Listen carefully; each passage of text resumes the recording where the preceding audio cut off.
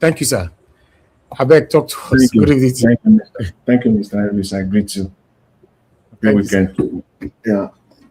Thank you for the good work you are doing. Continue to bless you. Madam Rita, good day there in No more, uh, sir. in Toronto. Good day. God bless you. Yeah, Mommy Diaspora, I greet you, my God bless you greatly, and my fellow commenters and callers, I greet you all. God bless you abundantly. You're welcome. You see, as they always say, many people have said it that Nigeria cannot work. Yes, I know a lot of people will there is this segment that will say Nigeria will be better, a good Nigeria is possible. But for me, I'm on the side of the former rather than the latter, on the side of those that are saying that Nigeria cannot be as it stands, as the current arrangement stands, it can't work. There has to be a change. There has to be a change. Except people who are saying that Nigeria will be better, Nigeria, can work. Don't just say that. That's a blanket statement, and it's also confusing. If you know your meat very well, if you say Nigeria can be better, Nigeria will work, please always educate the general public or the people you are talking to, because you are not talking to yourself, of course. You are talking to people, whether whatever. You are talking to people. Please always add to it. What are those things that needs to be done or that must be done? Each and every time you say that, please add to it those things that must be done. Nobody is going to help you to say that, because you are the one who is proposing, who is alluding to the fact that Nigeria will be better. I know I hear it here, a new Nigeria is possible. As it currently stands, I disagree with that. There has to be a change, a fundamental one for that matter, before we can now say Nigeria will work, a new Nigeria is possible. Please, again, whenever that is said, please educate us. 1, 2, 3, 4, 5 things that must be done, so that we that are on the other side can now come and say, okay, we agree with you, or those reasons that you give, these are also the reasons why it cannot work. I think that this is how discussion can progress. We can move forward. We will not just, as some people will also say, we will not just be talking and hold on to our position. You can change your position. So that brings me to Daniel Bwala. You can always change your position every time, as long as there are reasons that, one, to you, those reasons why you are changing, they hold dear to your own personal principles. The reasons why I'm changing, these are the reasons, because it's not conflicting with who I am. It's not conflicting with my own personal principles. Then you can back it up. You can come out to the public and say, yes, I said this before, but now I'm saying this. And people will ask you, why? What has changed?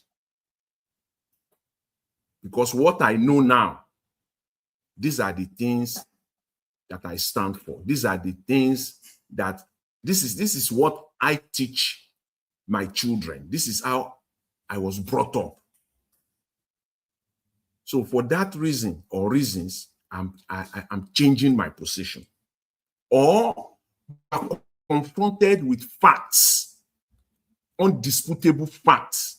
That's the second one, that, okay, even though these things are not in line with my own personal principle, but facts are facts, numbers cannot lie.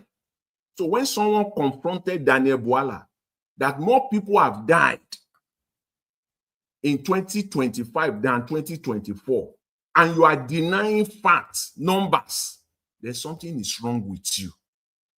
You have suspended your brain. Yes. And he knows it. But I'm glad.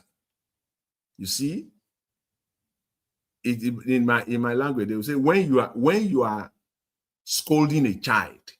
And it's even in the book of Proverbs. It's scriptural. And it's universal. When you are scolding a child that a child is doing wrong thing, and you are telling the child at home, stop doing this, it's only preparing for his shame outside. They will go and shame that child outside. Then he will come back, he will say,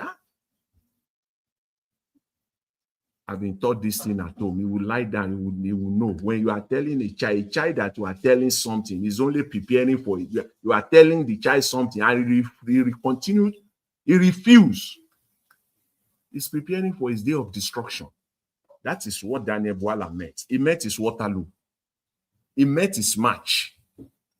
What they have been telling him back home in Nigeria,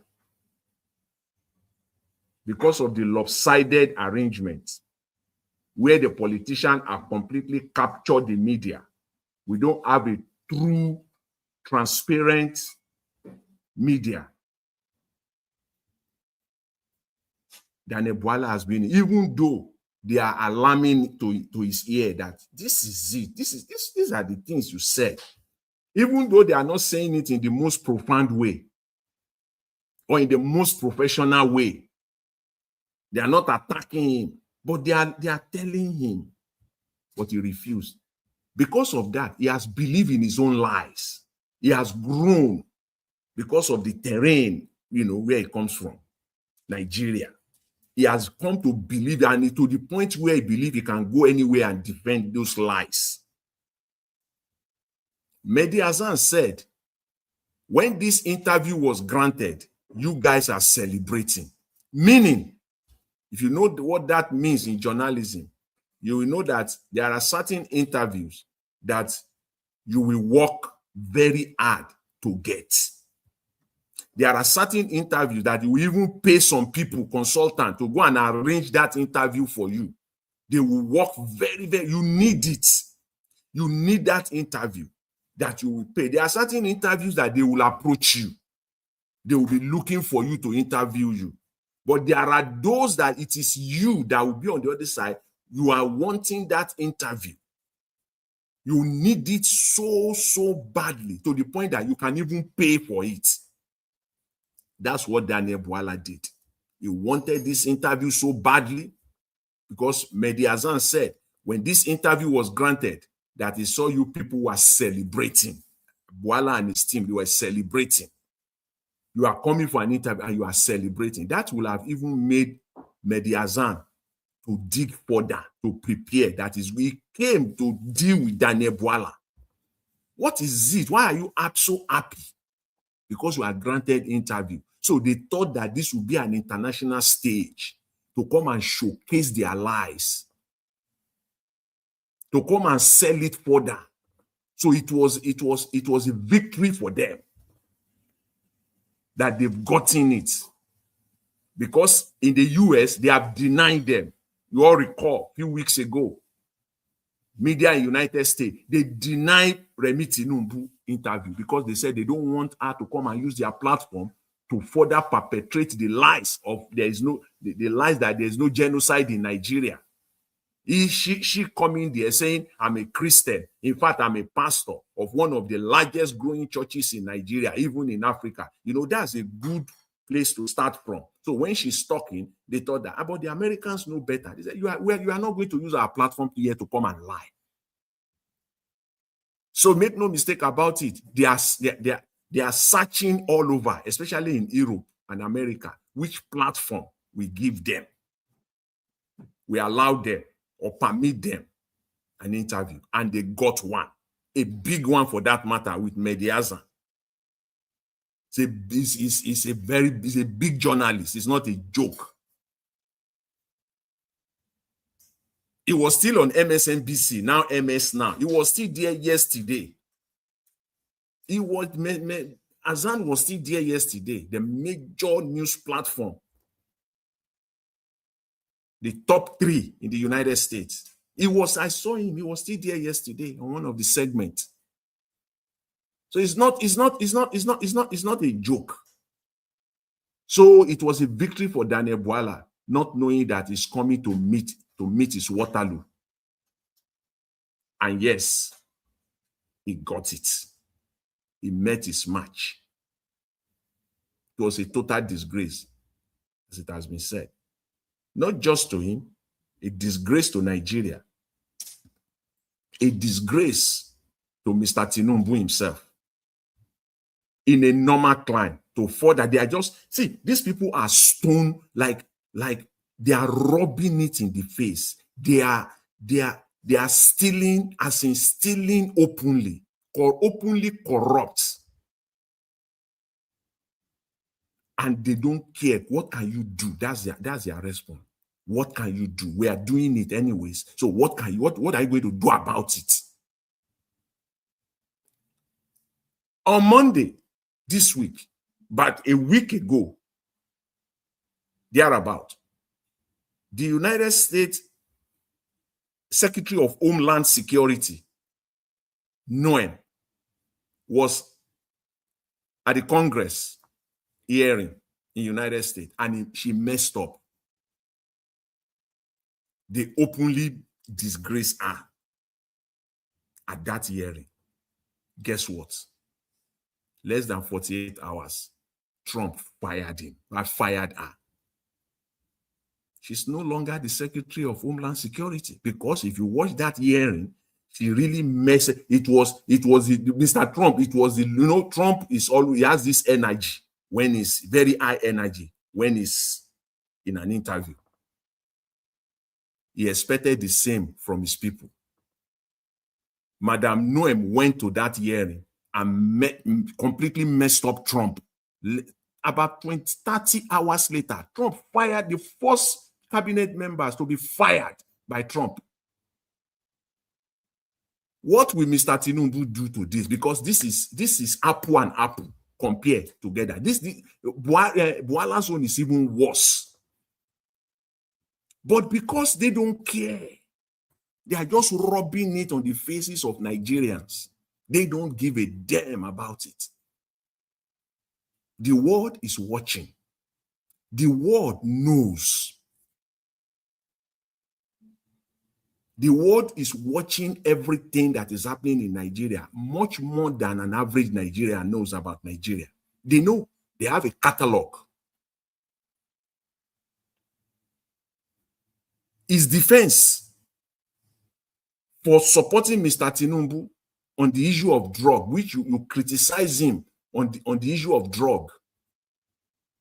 His defense, Bwala'S defense, was that it has been litigated in Nigeria at the highest court of the land, the Supreme Court. Okay, fine. It's been litigated. That one, okay. Check mark, we give you. What about the bullion van? Has that also been litigated? Don't you have character at all? As the bullion van found in Mr. Tinubu's house on the day of election, has that also been litigated by your standard, Mr. Bwala? The fact that you have a criminal who returned over $160,000 as part of the money stolen is now your budget minister, and you condemned it. Has that also, you previously condemned it, has that also been litigated? All you said with both face is that I did not say it. I did not say that. I didn't say that. I didn't say this. That's not how to defend. In a normal climb, you should have been fired by now. But Nigerians, they don't care. This is to tell you that they are rubbing it on the faces of Nigerians. And they will do it. They will continue. The question, as I said earlier, is that what can you do, Nigerians? We are doing it anyway. So what can you do? What are you going to do about it? This is just what it is. That is the reason why Mr. Tinubu has not granted any international interview. Bwala'S interview will be a child's play if Mr. Tinubu should sit down with any international media. It will be a disaster. It will be calamitous. In fact, I don't know. Mr. Tinubu can never have a 5-minute interview with international media, and yet still, is globetrotting the entire world, saying is going there to attract foreign investment, and you cannot sit down with the media of those countries. Just look at that. 3 years counting now as president. 47, more than 47 trips, if my counting is correct, according to the information that at least available as at last month.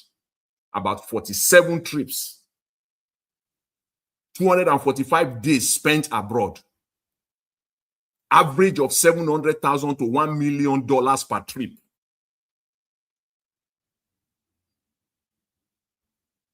Eleven trips to France, nine times to the United Kingdom, on the ground of, with the intention of attracting foreign investment. No interview, he dare not, with foreign media. He's the worst president ever. Since this Fourth Republic, all the presidents combined, Buhari even had, at the beginning of his tenure, he was still very vibrant. You know, he came with that, on that mantra that, oh, he's the savior, he's the Messiah. It wasn't up to about the 2 years that Nigeria started seeing signs that, what is going on here? 2015, 2016, Buhari was having interviews. He granted interview to CNN, Christian Amanpour, in 2016. He granted interview to one guy also in Al Jazeera. The guy is no longer with Al Jazeera now, Simons or something like that. He granted it. Buhari was very, until when the old card began to crumble. From day one, Tinubu can never grant international interview outside Nigeria. Even not a pre-arranged interview, like as the one that if the last trip to Turkey, it cannot. I've never seen a president that will travel to a foreign country. The foreign media there, definitely, I know this for a fact. This is a fact. When a president is traveling to a foreign country, the media of that country is part of the they will insert them as part of the itinerary. They will arrange an interview with that president. Fact check. Ononuga and his people, they always deny. They run away from it. They cannot put Mr. Tinubu on the ground. They can't. Even this one to Turkey, I was thinking, maybe Turkey is your ally, kind of a Muslim country. Maybe you will get a media that can do this interview for you. They cannot. Mr. Tinubu is never coherent. He's never. Everything he says does not add up. It doesn't make any sense. So they can't put him out there for interview. And the people that he depends upon so much, the likes of Daniel Bwala, we can see they are what now? They are worthless. He went out there to disgrace the country. First of all, to start with, he disgraced himself, disgraced his wife and his children, and then come to disgrace Nigeria and disgrace his principal, Mr. Tinubu. And how that kind of a man will still be holding that position today says it all about Nigeria. They do not care. What can you do, Nigerians? We are doing it anyways. What can you do? You can do nothing. Monumental disgrace. As it has been said, the Nigerian media will have a one or two to learn here. Yes, at least. At least they will learn it inside their bedroom, even if they will not come out openly. They will acknowledge inside their toilet and bedrooms, they will sit down there and they will think about it, that they have been a disgrace. Brown envelope has made them so redundant, unprofessional. I'm calling the Nigerian media again. I'm using this opportunity. Pick one ministry in Nigeria. In fact,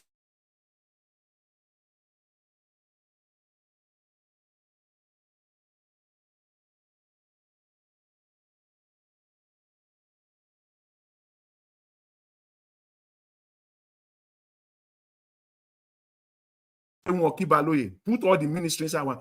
Dip your hand. Anyone that you pick, go, even if it is the Ministry of Water Resources in Nigeria, go and work, go and investigate that ministry. So that it will not be as if you are coming after somebody. It will tell you the decadence. It will tell you the destruction of that country. Just pick blindfold, even any agency.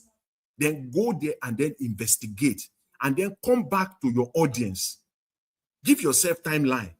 3 months, 4 months, 6 months. We are waiting for you. Go and do the job. That is your work now. That is your work. Go and investigate. Don't just come and sit down in one AC room called studio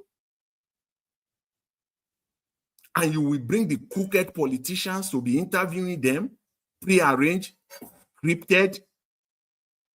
Even if it is not scripted or pre-arranged, you cannot litigate them. You can't. I've said this on this platform, at least on 2 occasions, if I can recall.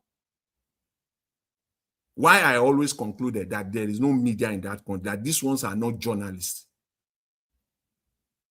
If you come for an interview as a journalist, you are prepared. That is expected of you. Fine. You have your lines of questions ready. Guess what? You may end up taking only one. That's a journalist. Out of the line of questions that you have prepared, 5, 6, depending on the time allotted, 5, 6, you have them. You may end up taking only one because that one will lead to other things and you are not going anywhere. We are going to finish it on this one. That's a journalist. Because your production team, your producers and your production assistant, they are ready for you. If you are not satisfied, you say, I'm going on a break, so that your producer and people, they will load you up again. By the time you are back, I'm staying on this one. That was what Mehdi Hassan did. So that it was very clear to everybody. He didn't just move on. In Nigeria, Daniel Bwala will say, I didn't say that. Sheung will move to the next question. Have you not heard Sheung a gazillion times saying, I have limited time now. I still have other questions that I want to go to. Have you not heard him saying that all the time, every night? Instead of him to stay put on that one, you stay there. We are not going anywhere there, Mr. Minister, Mr. Politician. This is the one. I'm ready for you until I expose you to the point where you know, yes, this man has been shamed. His double standard has been exposed. Then you can move on. Then you can move on. If you have to go on a break to get ready. That's how you take them on. It doesn't matter your 5 or 6 or 10 questions that you line up. You don't necessarily have to take them. You don't. That's journalism. But as many people have said, I love the fact. Yes, it's a you know, but you can't see. I must say, I must confess, I spent the half of year. I've watched that interview full one 2 times. The first one, I was laughing. I must confess, I was laughing. I've watched it twice. Then the other ones are all these clips that I see on social media, all these snippets, 1 minute, 2 minutes on social media. But for me, I sat down, I watched it twice. The first one, I have time. I can research, I can read. I watched it. It's about 48 each time. I watched it twice. Line by line. We don't even need to go there. Line by line. It is a disaster. That interview was a disaster. It was a disaster. Then the second time, I now have to listen to it. I want to pick what Daniel Bwala was saying. I also want to listen to Mehdi Hassan, his questions. That interview was a disaster. Talk of demarketing, demarketed Nigeria totally on the international stage. And I will see what the Nigerian media, I want to see what Oji. You will know them. You will know them. This is Mr. Elvis. This is trending on social media, isn't it? Hello, Mr. Elvis. Yes, sir. This interview is trending on social media, right? Everywhere. Fine. Now that this is trending on, everywhere. But he told Bwala now. He said, I wonder how you will face the social media. He told Bwala now. I just want to confirm before I say the next line that I want to. Yes. I want to say. I'm waiting for Oji Okpe on Monday because you always say what's trending, and let's wait. If they have the balls, if Arise have the balls, and let the crew of channels with their morning show on Monday, let's see them. Let us see whether they have the balls. They will give this one time. Let's see. Before we talk on that, let's just wait and see. 48 hours is not going to kill anybody. This is just so disgraceful. So I'll leave it there, Mr. Elvis. But lessons have been learned here, and I just hope, we can only hope that Nigerian media, Nigerian politicians will learn one or two from this. Thank you very much. I appreciate it. Thank you, Mr. Jonathan. If Bwala the watch, you know, go like you, because you since yesterday you beat you don't beat her too much. You not like you at all. He said the man shredded. How you didn't talk? I say, the man shredded him to pieces. To pieces, yeah. Thank you, Mr. Jonathan.